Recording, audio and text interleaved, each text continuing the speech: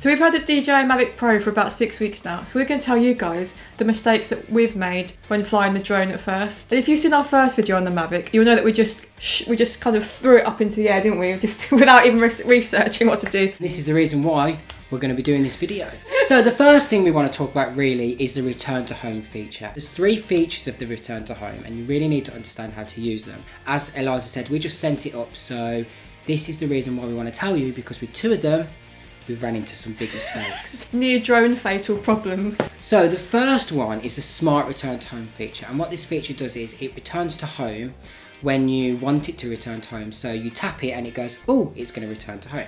The problem with this feature is if the altitude is set quite high and you're flying it quite low and you want to return it to home, it will shoot it up and then return to home. So it will shoot up to the altitude that it's set to and then it will return to home. But if you're in low light or you're surrounded by obstacles such as trees, then if the drone shoots up when you press return to home, then it probably will hit a nearby obstacle such as a tree. And we've had this situation. Eliza was trying to land the drone manually and the terrain that we were flying it on was unsuitable for it to land. So I stupidly, well, I didn't stupidly, I thought it would work. Return to home. Press the return to home feature, and what did it do? It shot up in the air. It was really windy, wasn't it? It was really windy, it was quite dark, we were flying it in extreme conditions, which is probably another thing that you shouldn't be doing, and the wind just blew it into a tree. Just went, whoo, and it just stopped. I've never seen anyone panic as much as she did in my entire life, screaming, didn't know what to do, literally went blank, face went blank. This was our second time, I think, of flying it, and Sparky had to climb the tree, shake the tree, and it fell out. And had to hold out a blazer to catch it, and it landed on its back with a few injuries, didn't it? Broken propeller. The base unit broke. Yeah, the leg broke off the bottom. Well, not the leg, the little landing leg. I love this. We're doing an update and we're telling people how crap we are. Do not do this! Which brings us on to the second feature of the return to home, which is the low battery return to home, which means that when the battery gets quite low, it will just automatically start to return to home, which is fine. If, for example, if you're shooting in a really low place, and also, like Sparky said, if you've got the altitude set to like 100 metres, it will shoot up. But this doesn't take into consideration if you've got stuff above you, which we had a power line above us. So it shot up, and I swear I was pressing everything on the controller, and literally it must have been like that close from the power line before I had to manage to cancel it. So yeah, it's definitely worth setting the return to home feature for different scenarios really. And the third one is the fail-safe return to home, which we haven't encountered yet. But basically it means if your drone loses connection or loses signal for 3 seconds or more, it will just start to return to home. And you can set different features for this in the drone. And one of them is you can, instead of set it to return to home, you can set it to hover, which means that I suppose you have the opportunity to walk towards it to get the signal back. Yeah, which wouldn't be good if it's, in somewhere down in the city somewhere. Basically, all the features of the return to home run into problems, and we're just letting you guys know that you can encounter problems with return to home feature. And really, you should only really be returning to home when you know that there's no obstacles around you. For example, if you know the drone is already really high and you're returning to home and it's already up in the air and you're returning it to home. So we're just letting you know to be aware of the return to home feature and to make sure that the conditions that you find the drone are actually right for you to actually return the drone home. So basically, it's not as simple as we originally thought it was. We just press it and it comes home. You just thought it'd come. Yeah.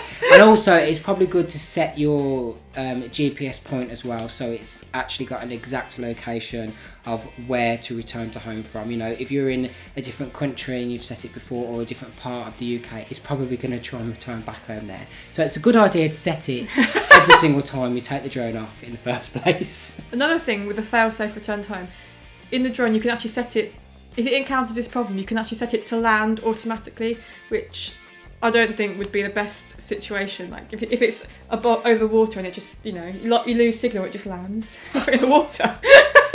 Can you imagine? We're screaming on the edge of the water, like, ah! And not being able to do anything. No signal, it just goes under. So the second thing we're guilty of as beginner drone flyers is flying the battery until it's completely out of juice. So there was one situation where we were stood on this hill and there's a massive landscape ahead of us, and obviously Eliza wanted to get this shot, and go out. But the battery was on like 45%. I think it was on 45, and Sparky said, "Oh, just bring it down. We'll change the battery." I was like, "No, we've got enough. It's got 45%. It was fine. Take it back out."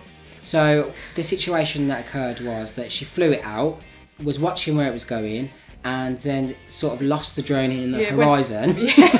So it's quite busy because it was like a built-up area in the distance. Couldn't see where the drone was, and then started panicking. So I was trying to bring the drone up, but because she didn't know where the controller started beeping, didn't it? Because it say it was getting low. Yeah, and because she didn't know where the drone was, because she couldn't see it, she flew it up. She couldn't see where it was, so it basically just got lost. Just turning it round and round and round, trying to bring it back, but it was going further away. Because the thing is, when you're staring at the screen and you haven't got somebody watching where the drone goes, or you don't know where the drone goes and you lose the sight of the drone, it can be very difficult for you to actually find where it is. So the moral of the story is, when your battery's low, don't think that you can get that shot, unless you're a really, really good pro, you know. But, you know, maybe when the drone is getting lower, keep it around you, keep it in sight so you know where it is, so it doesn't get lost and you don't have this panic ensue that you don't know where it's gone. Something else that happened with that as well, it actually, which brings us back to the first point, it actually did say battery's low, it's returning to home, but because I was in such a panic, I thought it would just go somewhere else, and I cancelled it. And I was panicking, it got down to 17%. Before we could see it flying over us, couldn't we? You could hear it, you couldn't see it. And I was literally shaking. She's literally shaking on the hill. As I saw it, I was like, oh! You literally have anxiety over this drone. It would have just landed. It would just land anywhere. If it gets to 15 or 10%, it would just land it wherever it was, which is how people lose drones. One of the reasons, anyway. Another thing that beginner drone flyers make is they just take it out of the box, and we're very guilty of this, as you can see in our video, and just sending it up there without really knowing what's going on. Don't know the settings, don't know the features, not calibrating anything, not calibrating the gimbal, the gyro, the IMU, ignoring the messages on the screen which say needs to calibrate.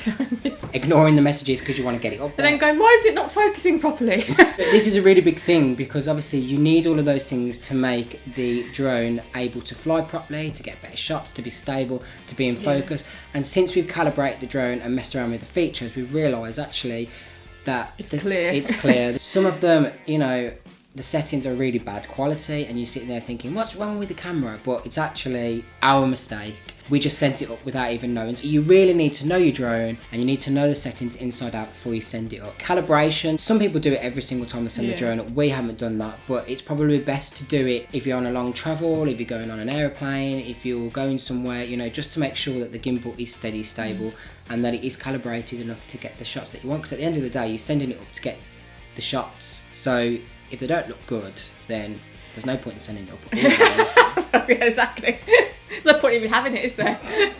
So we hope you've learnt from our mistakes and you don't do what we did, so you can be better drone flying pilots. We hope you liked the video. Check out our other stuff on the channel. Don't forget to like and subscribe. Drop a comment in the comment box below. So we'll see you again next time. Woo! Oh!